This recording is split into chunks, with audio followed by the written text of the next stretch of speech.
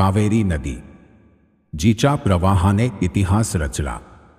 या पवित्र नदीच्या काठावर उभं राहिलं एक असं साम्राज्य ज्याने केवळ दक्षिण भारतालाच नाही तर दक्षिण पूर्व आशियालाही भुरळ घातली. हे आहे चोल साम्राज्य, ज्याच्या प्रत्येक पावलात कला, युद्धकौशल्य आणि वैभवाची एक अनोखी कहाणी आहे. तंजावूरमधील बृहदेश्वर मंदिर चोलांच्या स्थापत्य कौशल्याची साक्ष देते. पण या भव्य साम्राज्याचा प्रवास कसा सुरू झाला? कोण होते हे चोल, ज्यांनी इतिहासाच्या पानांवर आपलं नाव सुवर्णाक्षरांनी कोरलं?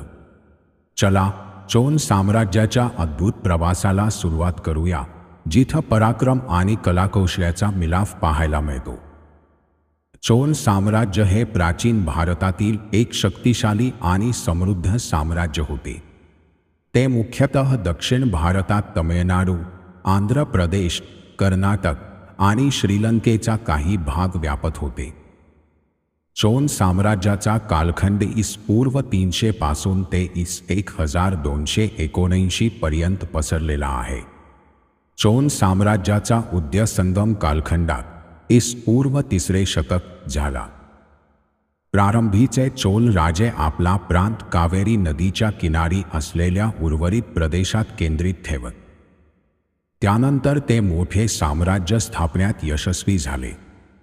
राजराजा चोल त्यांनी चोल साम्राज्याची सीमा विस्तारित केली आणि साम्राज्याला सुवर्णकाळ दिला.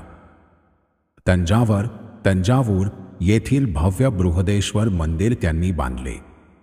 राजेंद्र चोल त्यांनी आपल्या साम्राज्याचा विस्तार बांगलादेश, गंगा नदीपर्यंत आणि दक्षिणपूर्व आशियापर्यंत केला.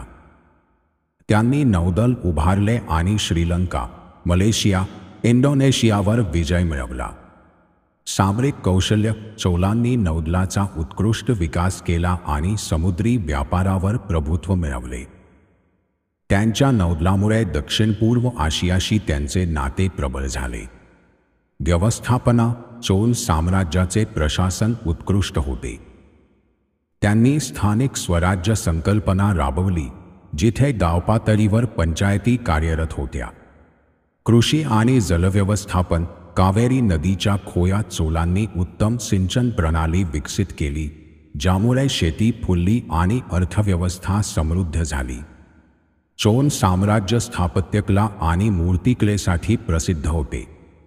बृहदेश्वर मंदिर, गंगैकोंड चोलपुरम आणि ऐरावतेश्वर मंदिर हे युनेस्को जागतिक वारसा स्थळे आहेत.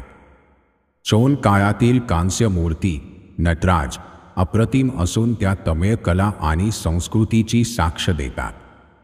चोल साम्राज्याचा अधोगतीचा प्रारंभ 13व्या शतकात झाला.